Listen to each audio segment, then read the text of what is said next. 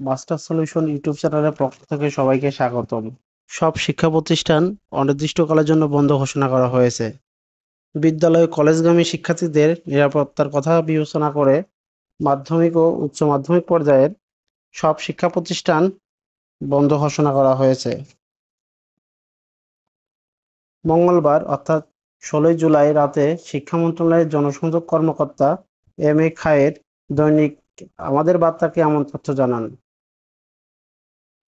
তিনি বলেন, বিদ্যালয় ও কলেজগামী শিক্ষার্থীদের নিরাপত্তার বিষয়টি বিবেচনায় নিয়ে শিক্ষা মন্ত্রণালয়ের আওতাধীন মাধ্যমিক ও উচ্চ মাধ্যমিক পর্যায়ের সব শিক্ষা প্রতিষ্ঠান এবং পলিটেকনিক ইনস্টিটিউটগুলোর শ্রেণী কার্যক্রম পরবর্তী নির্দেশ না দেওয়া পর্যন্ত বন্ধ থাকবে। তবে রাত ৯টায় এই প্রতিবেদন লেখা অবধি প্রাথমিক বিদ্যালয় বন্ধের কোনো সিদ্ধান্ত জানা যায়নি।